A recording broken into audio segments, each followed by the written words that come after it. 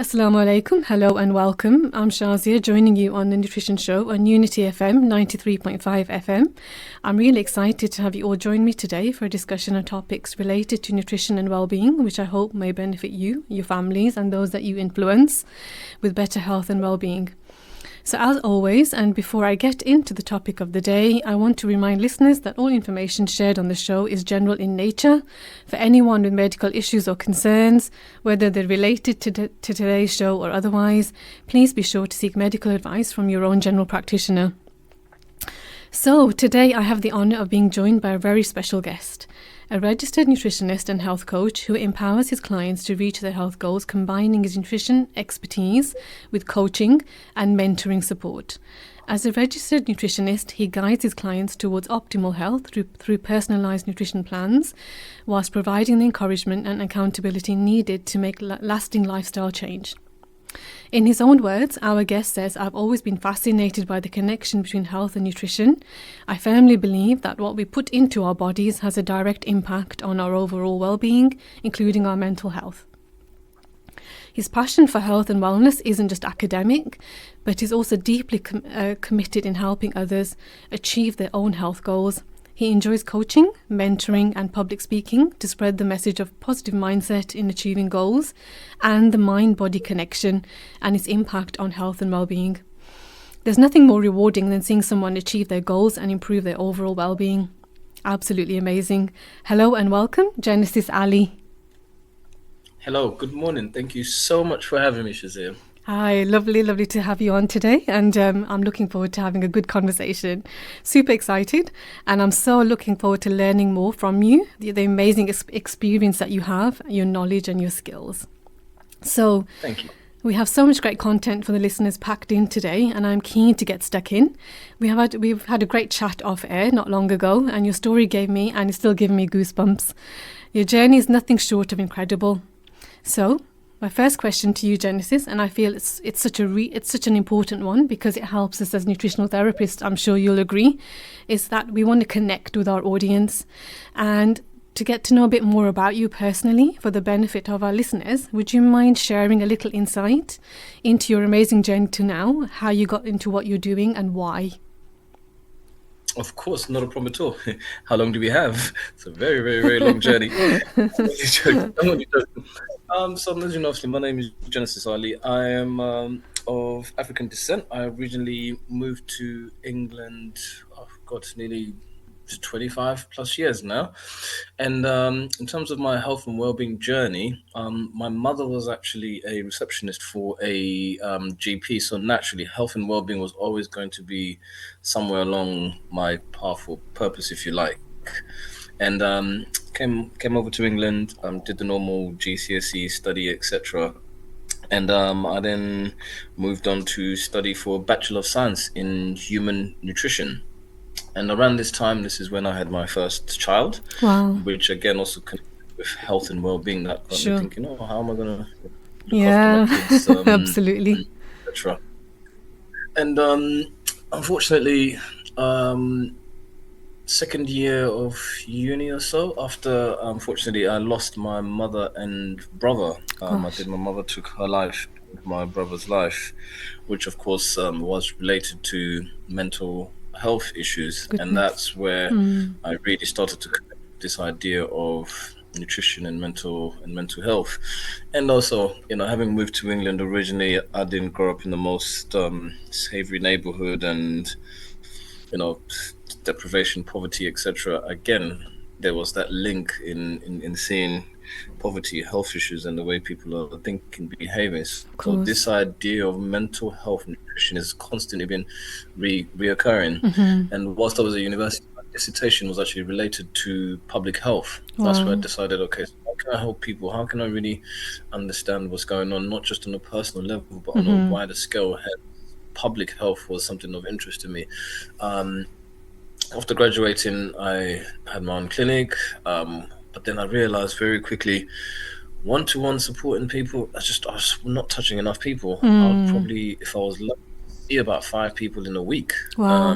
Which I just, not only was that not financially viable, but I just felt like, I have more to share. I want to, Mm. I want a bigger platform, a bigger audience, so I can really share this knowledge. I obviously try and practice what I preach. I try to live it. I have children, so naturally I come to understand that children don't actually do as they're told, they do as they see. Yeah. So I try to live this. I do many challenges, for the purpose of my clients. I've done 7-day water fast. I've tried the keto diet. I've tried this, that, so that whenever I support people, I'm talking from not just a theoretical perspective, but actually, no, I've lived this. I've been heavy, I've been skinny, I've been big, Mm. I've drank alcohol.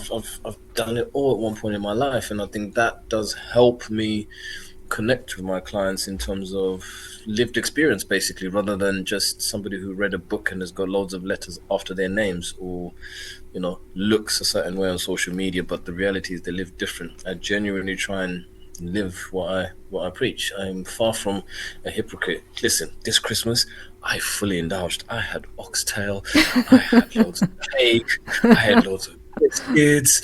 I did it all, but I Wow. understand moderation. Sure. And yeah, so but in terms of my journey, that's kind of what's brought me to now. In terms of professionally, I've done various jobs, from, like I said, having my own practice and clinic, to Mm-hmm. working with local authorities, managing weight management sort of contracts in and around London.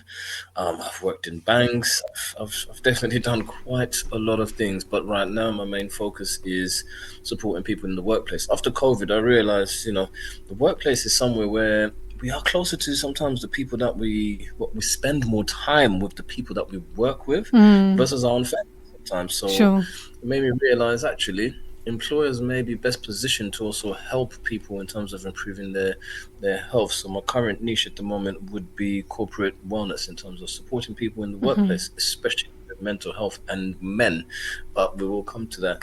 But that's pretty much an amalgamation of Mm. me, Wow. journey, and how we've got here today. Amazing. I mean, I love the fact that, and I say this, in the kind of the sort of the impact of it all, the number of challenges that you had sort of at the same time to deal with, including moving, from one country to another, so a different life in and of Mm-hmm. itself, and then having a family.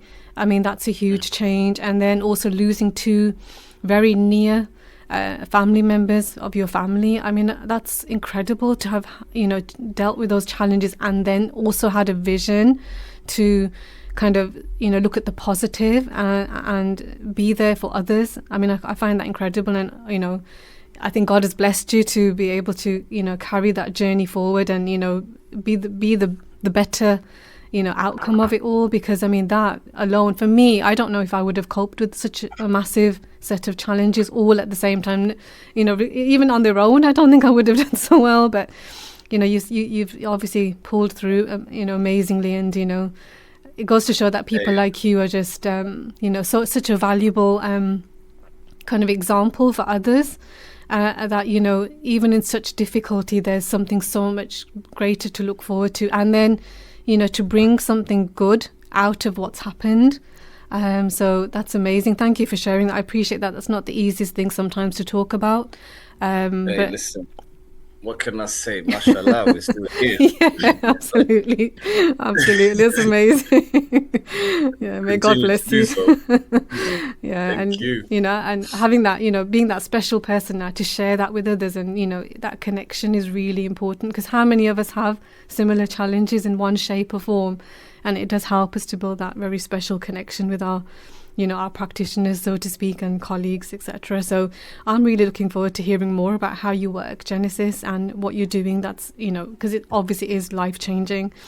I love the different skills that you combine to get your clients' health to a better level. As we both I know, think, clients are complex, aren't they?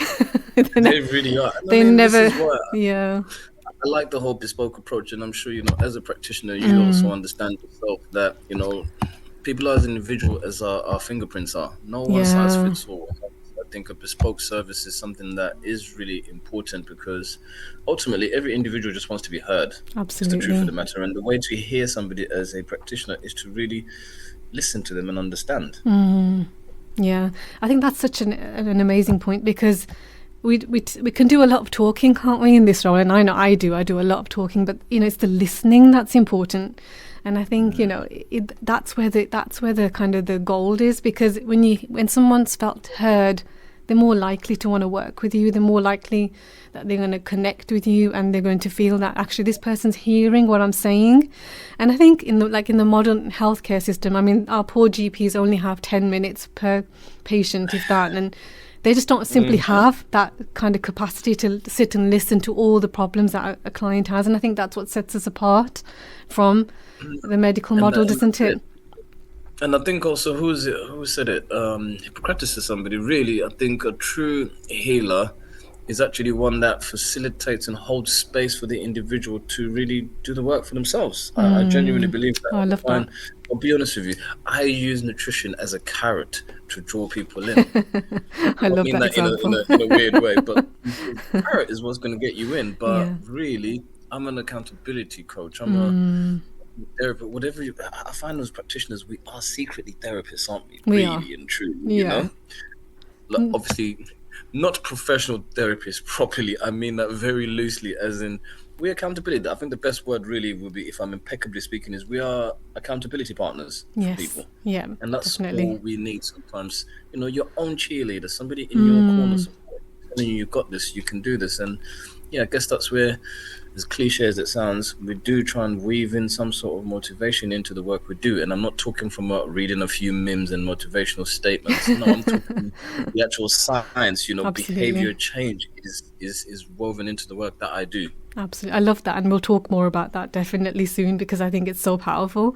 And, these clients that we see now, aren't they getting more and more complex by the day? And it seems like we have to find more sort of clever ways now to kind of tap into how we support them. And, it's very much a hand-holding process, isn't it? You've got to be there to kind of say, look, I'm here for you. Whatever, obstacle you're facing, talk to me about it. We'll get through this. And we recognize that it's not just food, it's everything around that person, isn't it? That kind of that environment that they hold that close to them, that matters. Well, you may have mentioned this. Remember, food isn't just what we eat. Food is, what we're taking in auditory with our ears, what we're watching, the company that we're keeping. That's all food and sustenance for our soul. So, we do have to take in that person as a whole. And it's really difficult. Like you said, I feel sorry for the GPs. You've got 10 minutes to diagnose, prescribe all of it in 10 minutes. No way. 10 minutes is just a pleasantry saying, hi, how are you? Exactly. It's tough, isn't it? Really tough. Absolutely. So, I mean, following on from your personal story, I can see why you may have chosen your path and why it works so well. I talked on a previous show about the gut-brain connection, so this would be an ideal opportunity to get your perspective on this too. I'd love for you to tell us a bit more about why food affects our mental health and why this is so important. This is definitely one of those areas in terms of, I didn't get the opportunity to hear that, but now you mentioned it, I'm going to go back and listen over that. I will, because the gut-brain barrier is definitely something that's gained a lot of traction over the years in terms of just a real understanding. And, for me, I would say in terms of gut health, on a basic fundamental level, why should we look after the gut? I always say to my clients, right, look after your health, look after your gut even, and your gut will look after you, because your gut is linked to your immune system. It's linked to the feel-good hormones. That's where they're made. All of those feel-good hormones, like your serotonin, melatonin, they're made in your gut. Wow. Your gut is related to your weight. But most importantly, that gut-brain barrier, the mind. Most people don't know this, right? The brain is actually made up of nearly 70% fat. Wow. Like, that's a lot. It is. And hence, again, adding those good fats is something that will always be of benefit. But with mental health, I really found that, a lot of studies have shown, again, people living below the poverty line, etc., the type of food that they're consuming, normally, usually what the issue is, you see, food is either making you better or making you worse as well, we must remember. Absolutely. And that's when the link, when people say to you, right, they go, oh, I had a gut feeling. It is literally your second brain. Yeah. It's literally your second brain. Yeah. And obviously the two are conversely linked. Whatever you're feeling down there is going to be going up there, is what I've come to find. So I've realized as well, especially from the culture that I come from, being of African descent, a lot of, having moved over here, junk food was like a treat. It really was. It's not something that we had access to a lot. but not realizing that food is actually killing us Yeah. slowly. Yeah. High sugar, it's really not good for the brain. This is what I also found another study. They're now calling dementia and any associated related conditions type 3 diabetes. That's what it's now Exactly. being known as. Sure. That's what it's been known as. So for me, Mm. the whole gut brain barrier, I think it's really important. If you look after your gut, then you're Mm-hmm. looking after your brain in inadvertently. And Mm. I will happily in a moment share a nice little quick list of a couple of foods that you can consume. I wrote an article last year, I remember. Oh, Can food wow. actually make you happy? Yes, it can. But I'm not Amazing. talking about chocolates and crisps. No, that's not making you happy. That's distracting you. That is. That's a good word. Okay. Yeah, because I say to people, food is not entertainment. Nobody sits Mm. in a corner with a chocolate bar chuckling away, going, "Oh, this is really fun," do they? So No. true. You're usually watching something with this food that's not good for you, Mm. accompanying this so-called experience. Mm. And that's where, yeah, I think it is very important for people to understand that their gut health and how they Mm. look after is actually linked to their mental health. Sometimes you're not even really depressed or sad. Like you're either hungry or you're dehydrated or you're a little bit Yeah. malnourished. Yeah. It's not, as I'd say to my kids, it's not that deep. Sometimes it's honestly as simple as you just need to clean up the diet, eat a little bit better. I even had the moment today where I caught myself. I was like, "Why are you feeling so emotional, G?" Mm. I was like, "Well, it's because you've been indulging over the Christmas break, G. Mm. Don't be Absolutely. so hard on yourself. Just eat a bit cleaner, eat a bit That's it. better, Get and back on track.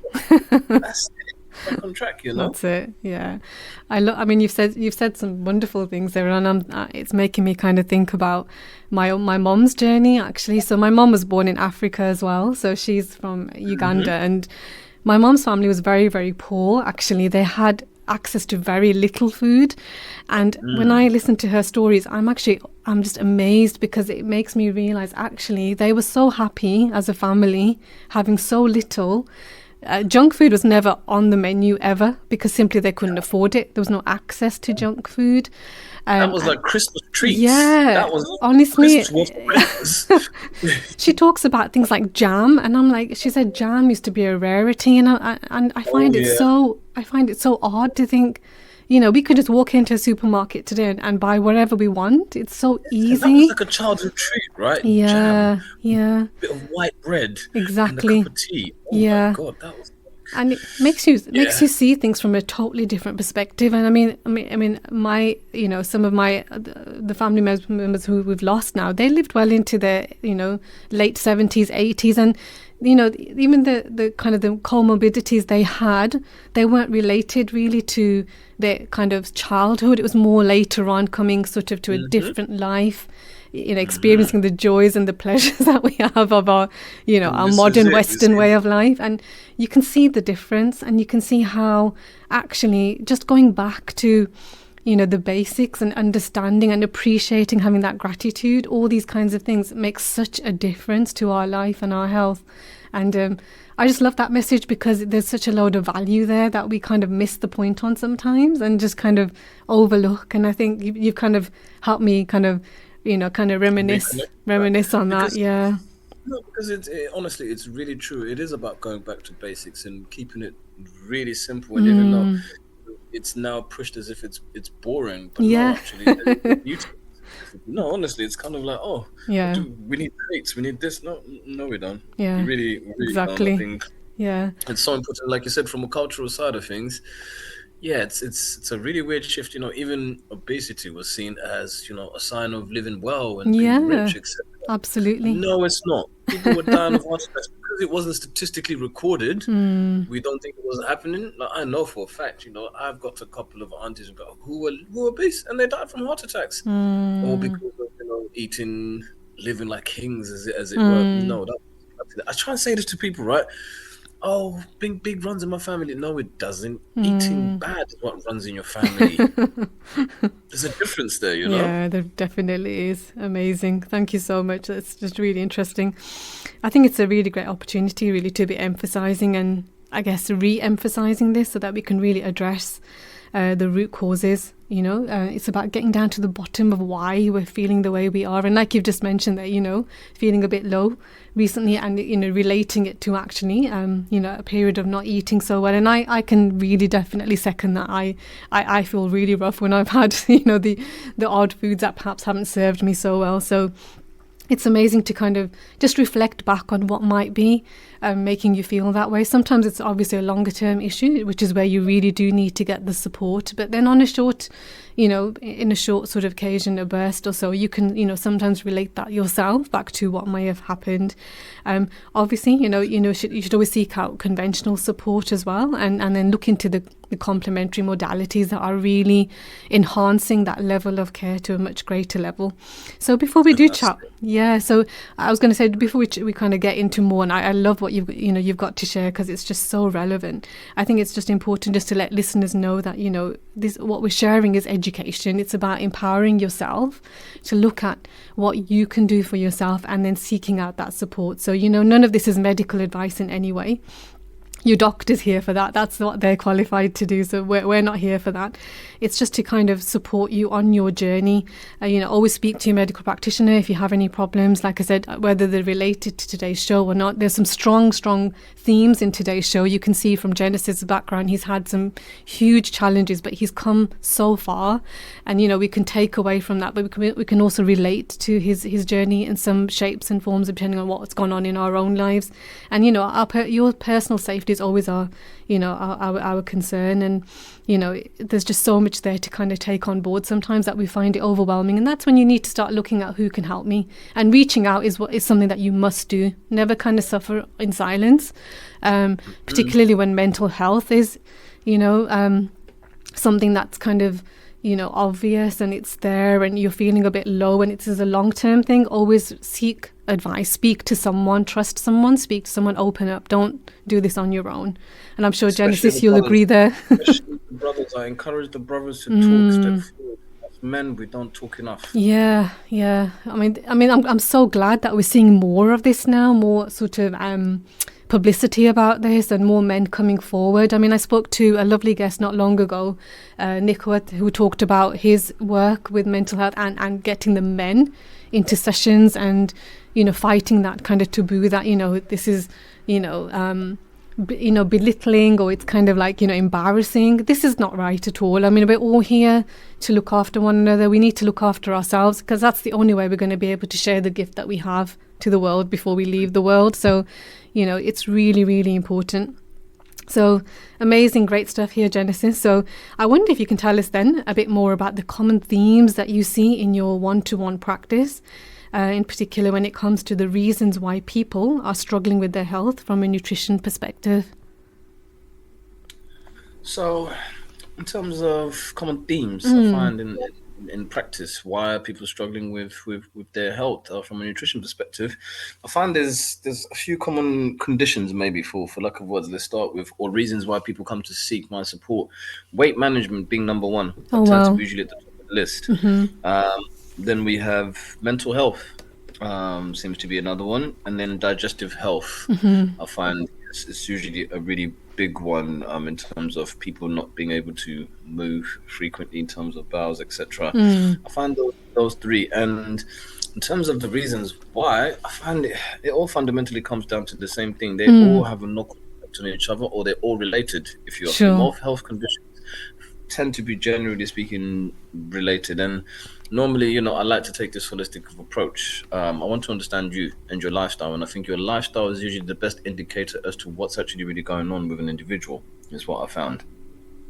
And usually I find poor routine, lack of planning, which is then going to be linked to poor sleep, and then that's just going to be linked into bad habits, and people don't realize they end up stuck in this loop and cycle of bad habits and bad behaviors. And it only takes but two. I find this is why I said we use the carrot to get people in, but ultimately we're trying to actually change people's mindset, because to me, changing your mindset along with supporting you with nutrition is me teaching you how to fish rather than just giving you the fish. Wow, I love that. Fun. A lot of people live in this culture where people just want to be given the fish. People like the Shazia of a nutritionist. Oh, I'm going to Mobs and my nutritionist, I should eat this, that, and that, but they're not doing it. they're not doing it because, like, for me, that's where I transcend these health issues, because actually it is the mind that needs to be reset is what I'm finding, and I think a lot of people are struggling, and through no fault. No, there's so many factors to health. Like, let's use weight management as an example here. Yeah. People are making it so bad, like as if it's limited to just nutrition and exercise, but it's not. There's so many other factors involved. It's lifestyle, it's genetics. How are you sleeping? How's your stress levels? How hydrated are you? It's so multifaceted and so multi-layered. My job as a practitioner is to try and mitigate some of those issues, and that's where any plan that I will provide for an individual is not just going to be a meal plan. It's just that's not where I'm going to stop. I will be making recommendations for supplements that are appropriate, and also lifestyle adjustments. Of sleep, stress. I'll listen. My favorite things to do is to encourage my clients to take themselves out on a date once a week. Lovely. Sounds No, great. honestly, I say Yeah. take yourself out on a date once a week. Self-love, self-care, and a date does not necessarily mean a dinner table. A date could be a nice, lovely bubble bath. A date could be just gonna sit on a park bench and reading your favorite book.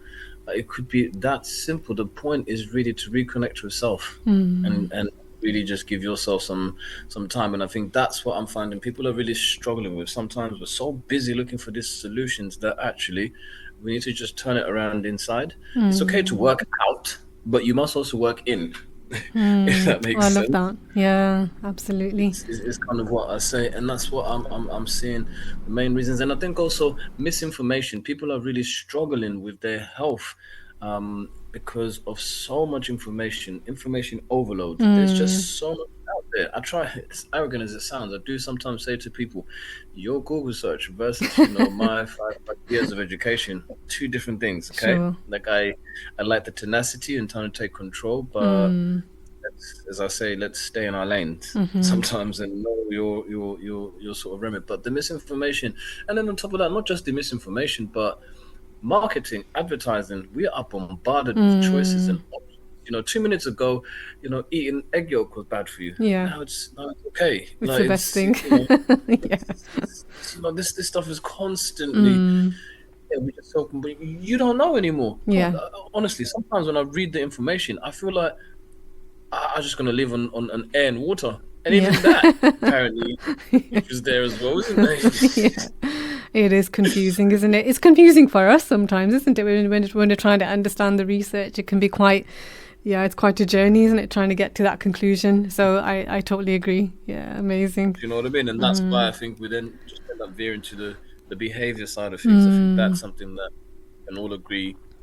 You make that change. Everything happens in the mind first and foremost, and then thereafter. So really, like you said earlier, I think I'm just all about cutting the middleman out and going straight to the source. Absolutely. Unlike your average allopathic practitioners who are really about symptom management, I feel like us more complementary modalities, our job is to complement literally what they're doing, which is to not just deal with the symptoms, but maybe help individuals explore the underlying cause effectively. Absolutely. And I love that, because that's what we do, don't we? It's that root cause analysis in some ways, isn't it? To try and kind of get to the actual reason for why someone's presenting with the symptoms or the conditions or whatever, the imbalances that we see when we work with clients, in practice. So, and I think that's kind of really nicely, the example that you had there with the weight loss. I love that, because that's exactly what people do. It's like, it's what I'm eating, and that's all it is. It stops there. It starts there and it stops there. It's like, that's all that matters, just what I'm eating. But actually,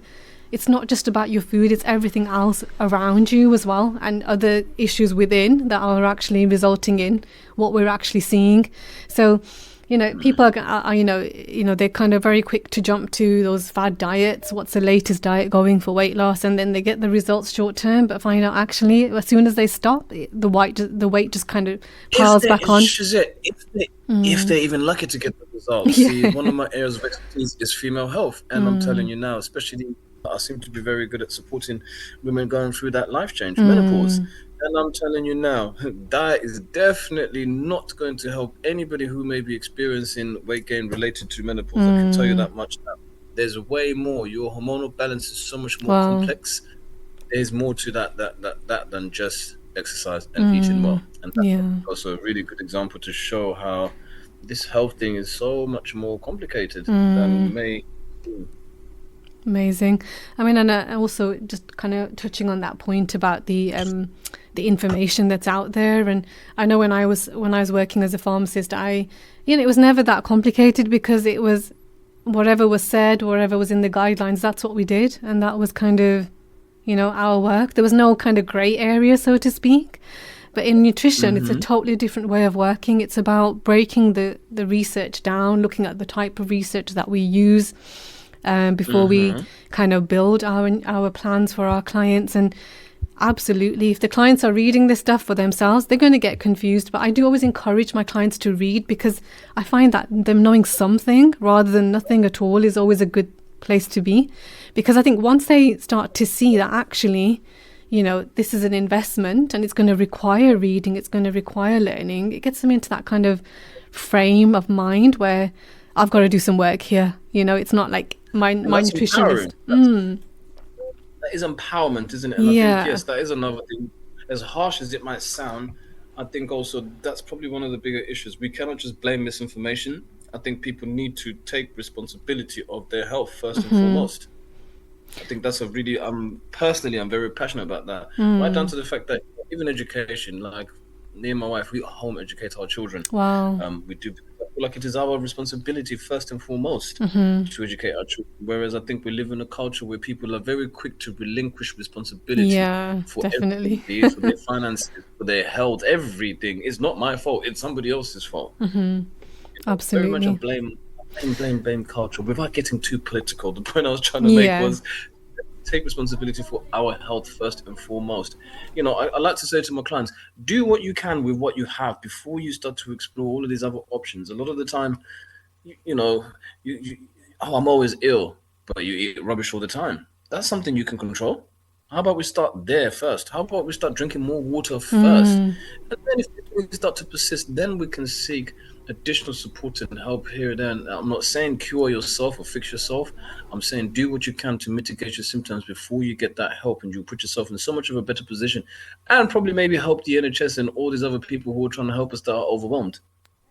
Absolutely. That's such a good point, isn't it? It's kind of taking that responsibility for ourselves, because it's an investment, isn't it? It's something that we have to kind of put the time and effort in for to generate the results later on. I mean, so for some people that could be sooner than others, but that's okay because we're all different. But the point is you have that end goal in mind and you work towards it. And I think that's such a whole load of amazing stuff you've shared there, Genesis, and I'm sure you've got loads more to share with us. But before we do that, we're due for a short break. Please stay tuned for more amazing pearls from our lovely guest today, Genesis Ali, on Unity FM with me, with Shazia on the Nutrition Show. Please stay tuned. Back with you shortly.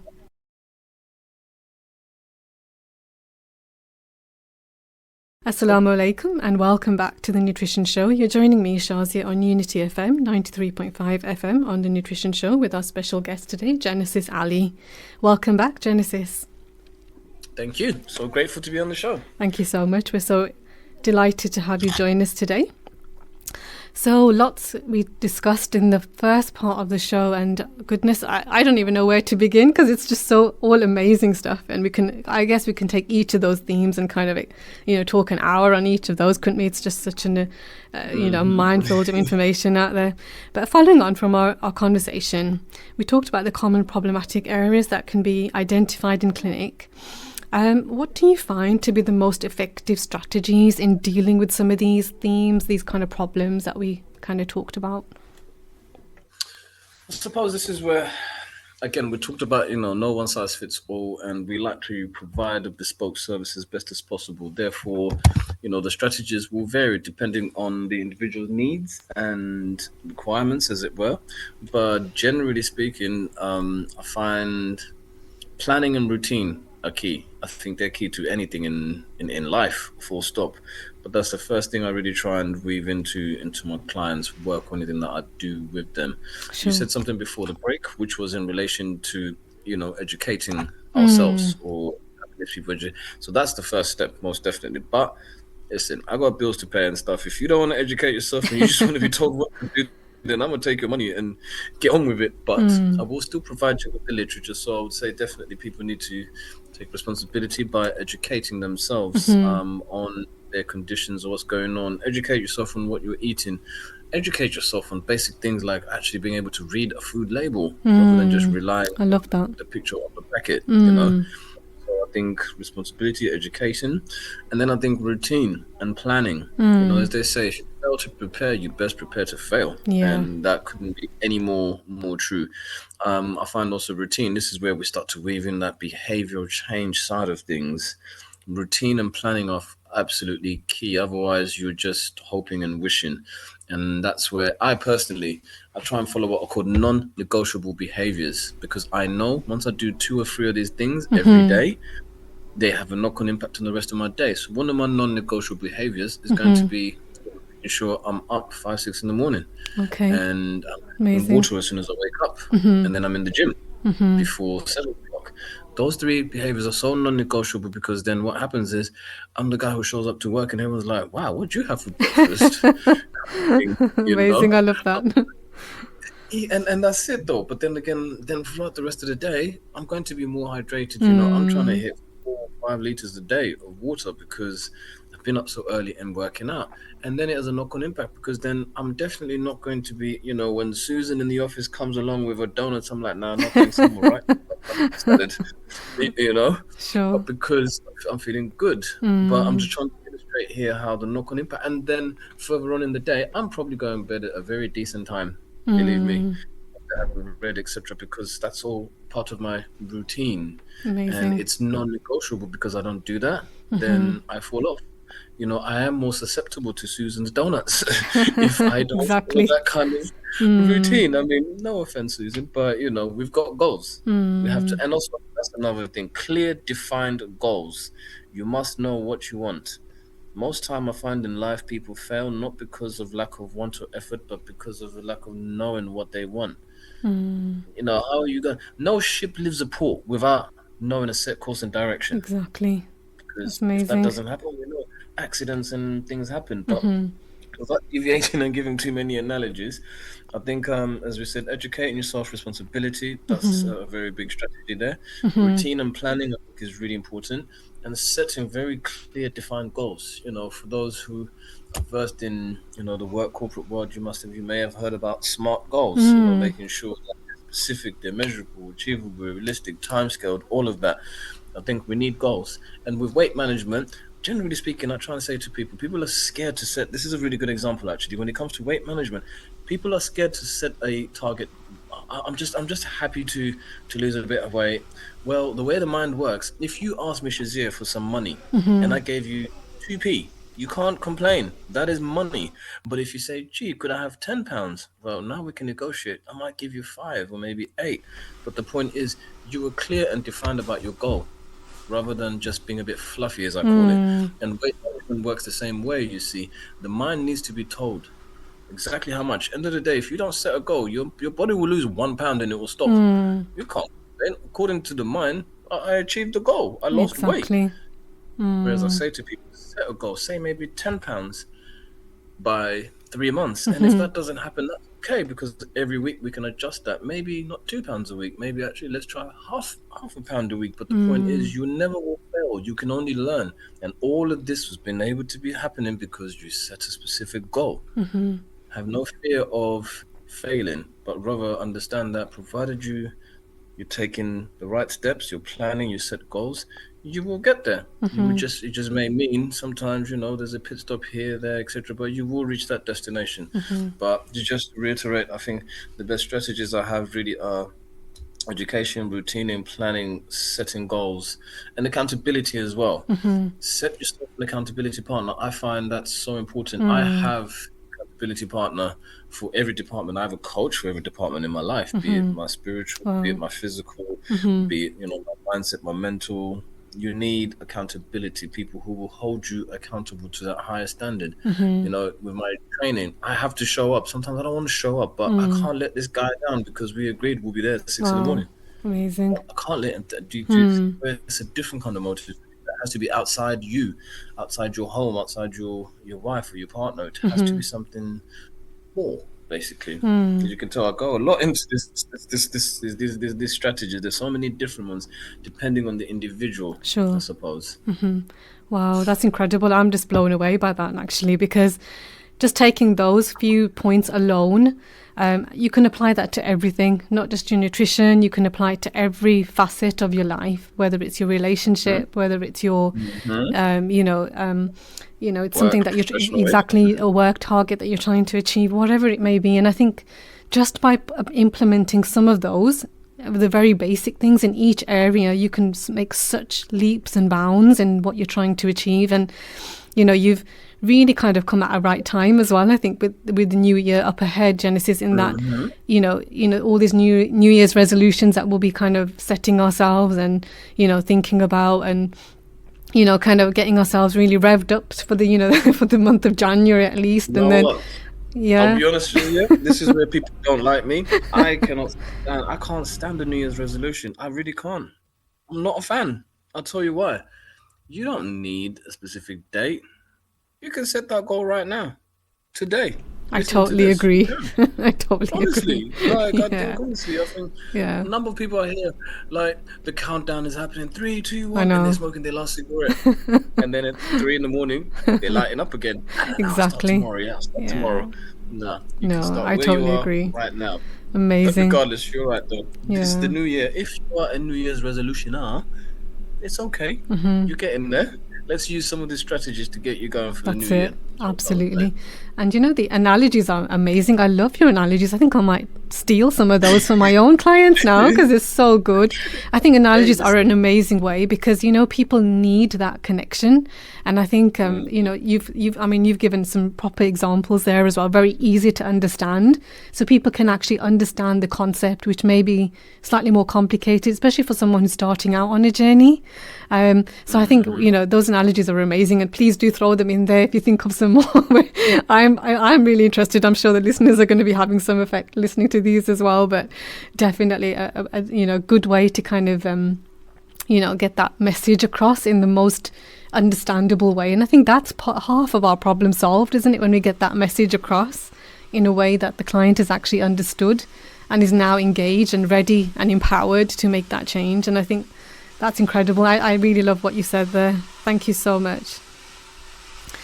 In terms of my pleasure. Yeah, I was going to say, so on your website, Genesis, you refer to positive mindset in achieving goals. So I love this statement.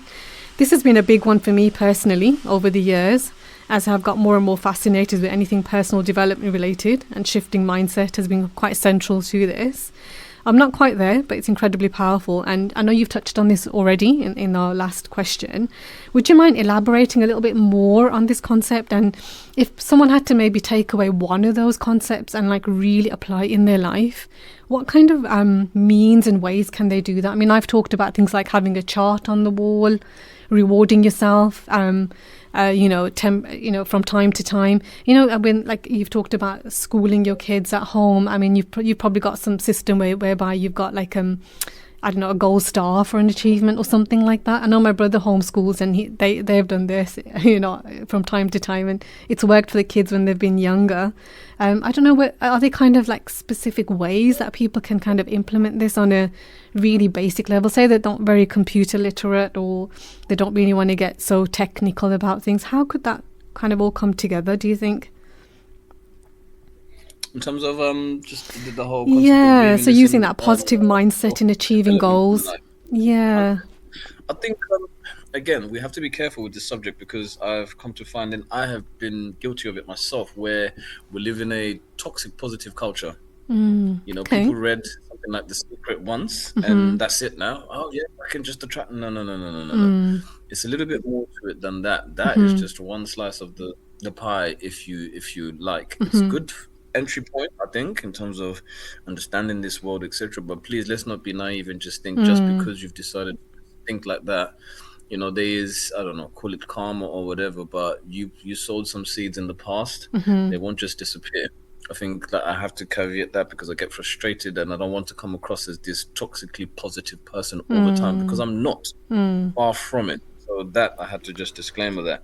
But that being said, though, I think in terms of this whole positive mindset thing, I think one thing I would say is, first and foremost, you have to know what you want and be very clear about it. Listen, how can you pray to God for something when you don't even know what it is that you want? Yeah, You can't. absolutely.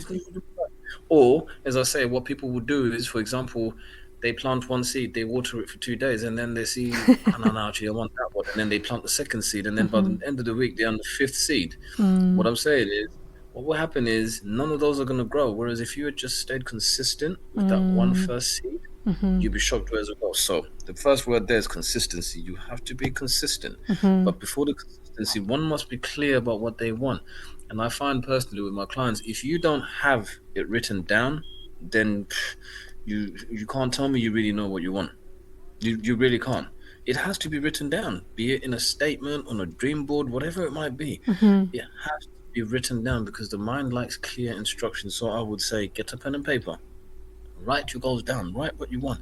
It's private to you. You don't have to share it with anyone else. So there's no need to be embarrassed. Ultimately, God has endowed all of us with an imagination. And I think, not doing things like that is a misuse of imagination. Honestly, it's a misuse. It's free. Yeah. I cannot stand the lack of imagination. It's free. It's easy. We did it as children. Why can't we do it now as adults? I could go off on one about this, on how to really train your imagination. But you must know what you want. Write it down. Be consistent with going through it. Do one thing every day towards achieving and attaining that. And if it's health, write down what your health ailments are, what's troubling you. Yeah. Write down what you want it to look like. Write down what you've done and what you can do, and just be consistent with it. I think those are the first steps, I would say, to really delving into this self-development world. I would say be clear, know what you want, be consistent with going through it, and then you can execute. And then you touched on rewards as well. When it comes to weight management, for example, I'm very big on rewards. I think every week you must reward yourself every week for being on this health journey. But we live in a culture where rewards are treats. What are treats for most people? Crisps, chocolates. Those are not treats. Luxury chocolate. Honestly, that's taken away from your health. How can we call that a treat? It's not. It's absolute rubbish, honestly. When I say treats, we have to think about, is this nourishing my body? Is this good for my body? Buy yourself that nice pair of shoes or that nice dress or that nice book or something. Those are real. And that's why let's not use the word treats. I'm not a cat. I'm not a dog. I don't need a treat. Okay? Sounds pedantic with the words, but it's true though. I think, rewards are really important. We have to create that loop cycle of work hard, reward. And I think it's what I say to a lot of my clients is, I want you to write down a list of 5 to 10 rewards in a notepad, and you're going to pick one of those a week. And I think you have 5 big ones, 5 small ones. That's 5 nice. big ones could be that holiday to Vegas, and then the small ones could be, I'm going to definitely make sure the kids are taken away and I have a nice bubble bath. I think that's really important. You must reward yourself, because that's why we give up on our goals, because especially with health, it takes a while to see results. Exactly. It does. That's where people fall off the wagon, as it were. Well, rewards are a really great way of really reinforcing, okay, I'm doing good. It's coming. That's probably what I would say on the self-development, take responsibility mindset side of things. Shazia. I love that. Thank you so much. And I think it's amazing how, you've shared some really important points. And I find that we do, as individuals, carry a lot of stuff in our head. And we've got all these good intentions. We're overwhelmed because our heads they're just so full. And it's kind of then translating all that kind of muddle in our head into something good, which we can't do because we can't get it out, in the right way. And then some of it gets left behind maybe, and some of it gets forgotten. And then you're like, okay, I didn't think about that until later on. So that kind of brain dumping, I think they call it, that's quite useful, isn't it? In that you put everything on paper and start Everyone somewhere. Should do that every Sunday night. Sunday night, everybody should do that. Yeah, honestly. That's amazing, isn't it? You need to empty your brain to allow it to kind of start to think clearly. Because I just find that when I've got so much going on, my head's so clouded, I can't do anything. I just find like I'm actually so Overwhelmed. and so unproductive in everything, not just kind of the one thing. It kind of reflects in everything I'm trying to do. It's So like an infection that spreads into the yeah, rest of your life, isn't it? yeah. It's So so it's such dangerous. Right down to absolute. the point where I say have a notepad by the side of your bed, and Mm, one should always carry a notepad because you cannot hold that many ideas. Something yeah, comes, bam, write it down, write it's it down. nice and not Honestly, my wife has taught me the power of journaling. Is wow. honestly, journaling is so powerful. That's Yeah, another way of really an extension of mind dumping. I think yeah. I would call that. And it's good because you can actually as a when you look back many months later, you can think, how did I start this journey? And you can see the process that you took, and maybe even use that for your kids at some point and say, look, this is what I did, and it worked, and you can do this. It's kind of evidence for yourself, isn't it? Kind of validating your own progress. And no one It needs is. to We see it, need like you to see said. results. Yeah. Mm-hmm. No one needs to see the journey you had because it's specific to you. But Do you these know what? It works strategies, the other way. It works the other way around as well. I think sometimes actually you'll realize I'm the problem, or I've been whining about this for the last 3 years. yeah,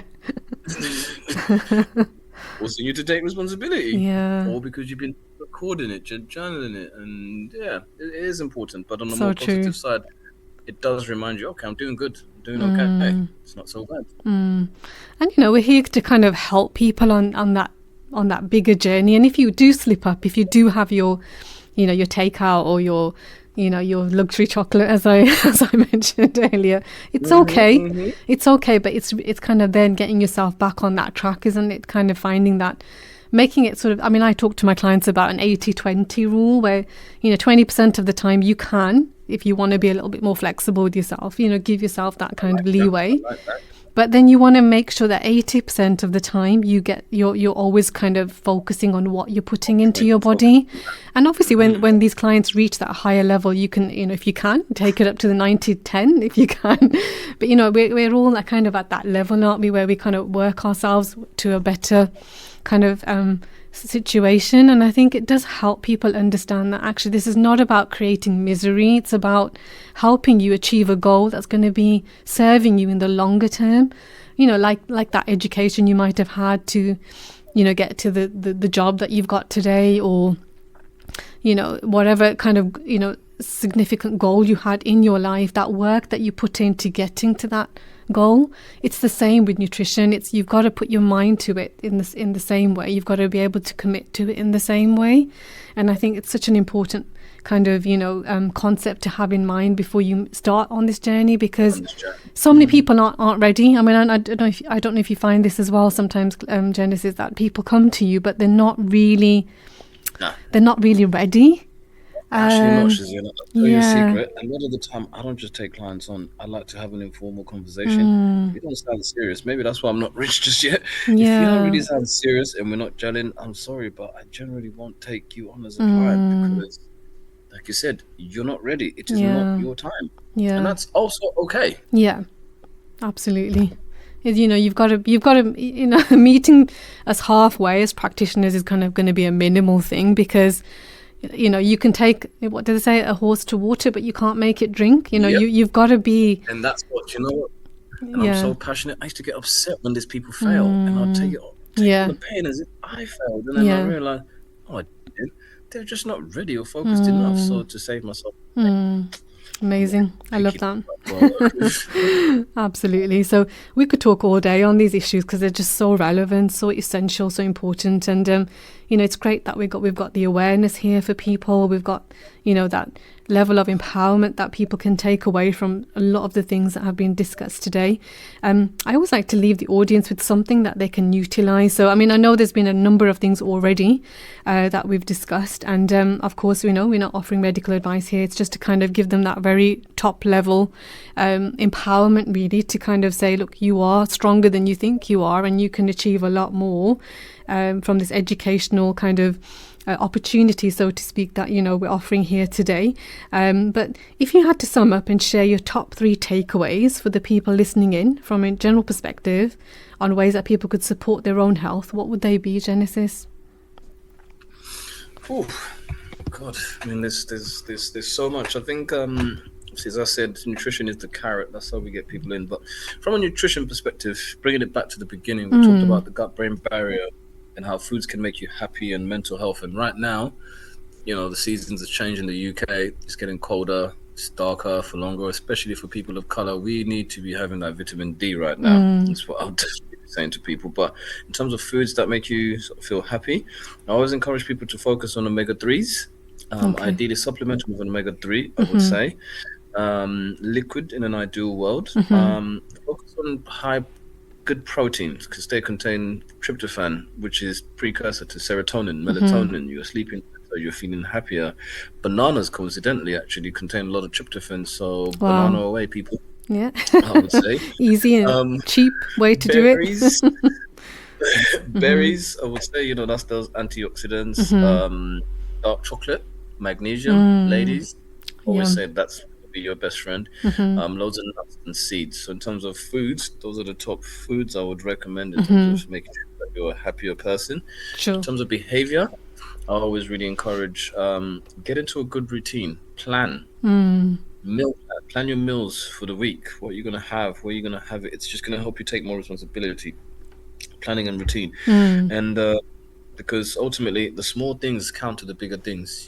Just having a glass of water when you wake up, that's something really small but can have a real significant difference on your day potentially. Absolutely. Is what I'd say. And finally, I would say, set some goals. Know what you want. Set some goals. Attack them every day. I want to, all of us to be in a position whereby we wake up and we're jumping out of bed, not dreading touching that alarm. Sometimes when I'm my best, I don't even need an alarm. Like my body's literally just waking up, and I'm not special. Anybody's capable of that if you have goals and you know what you want to do. But if you're dreading your life and what you're about to do, then wake up to some rubbish food and drag yourself to work and all that. No. So I gave you a list of foods to help make you a little bit happier, especially this time of the year. I mentioned routine and planning, fundamentally key, and set some goals, set some big boy goals as well. Don't be shy. Okay. You can do it. Absolutely. I love that. I love how comprehensive that is as well, not just kind of like talking about the one aspect, but recognizing that there's so much more to a person.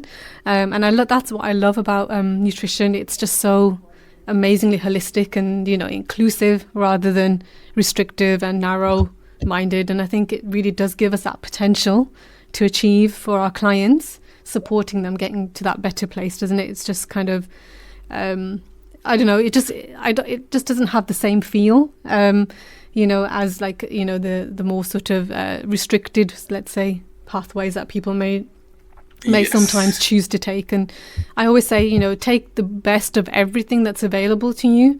Obviously, I work with your practitioners. They're there to support you, your medical practitioners first and foremost. They set you the foundation, and even without them we can't really function, because we need to work with them, because we're supporting what they perhaps haven't got the time to do sometimes, aren't we? So we're kind of filling in those gaps and kind of taking it to a deeper level. So and also just in regards to the supplementation, again, it's another place where you should really be working with someone so that they can guide you as to what would be suitable. So don't just assume that I can go and buy a multivitamin or supplement of any type and just take it, because there are, as we know, problems with in particular situations with just doing that. So you want to be kind of working with someone that you can get the advice from and get the best from as well, really. So don't just go out and buy things for the sake of it. Work with someone, get the advice, seek the information that you need.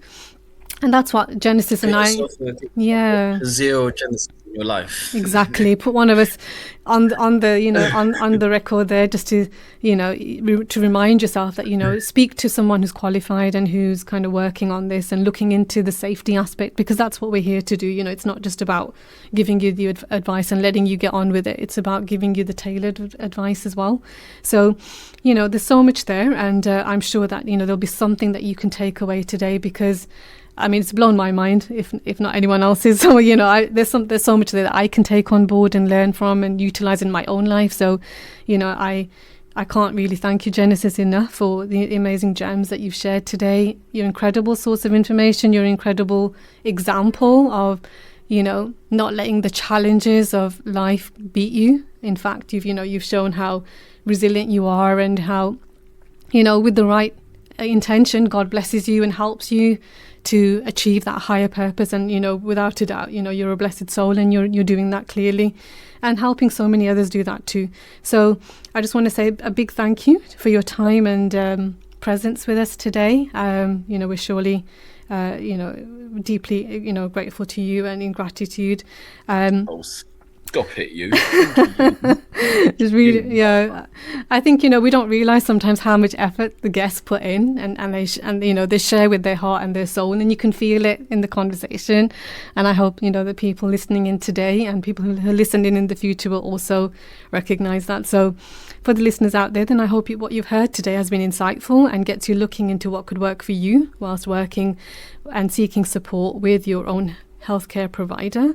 I would love to hear your thoughts, and as always, feedback is greatly appreciated. We always love to hear what you want to know more about. We know what works for you, what perhaps doesn't work for you as well. So remember, we're here to kind of support you. This is all about education and empowerment. I'm really grateful for another opportunity to connect with you. So this is Shazia on the Nutrition Show on Unity FM 93.5 FM. I look forward to joining you again soon. Take care until next time. Wassalamu alaikum. Thank you. Take care, guys.